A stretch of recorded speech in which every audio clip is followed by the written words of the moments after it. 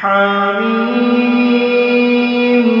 تنزيل الكتاب من الله العزيز العليم غافر الذنب وقابل التوب شديد العقاب ذي الطول لا إله إلا هو إليه المصير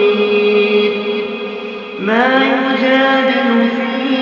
آيات الله إلا الذين كفروا فلا يغرك تقلبهم في البلاد كذبت قبلهم قوم نوح والأحزاب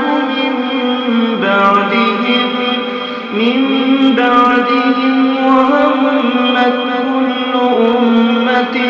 برسولهم ليأخذوه وجادلوا بالباطل ليدحضوا به الحق فأخذتهم فكيف كان عقاب.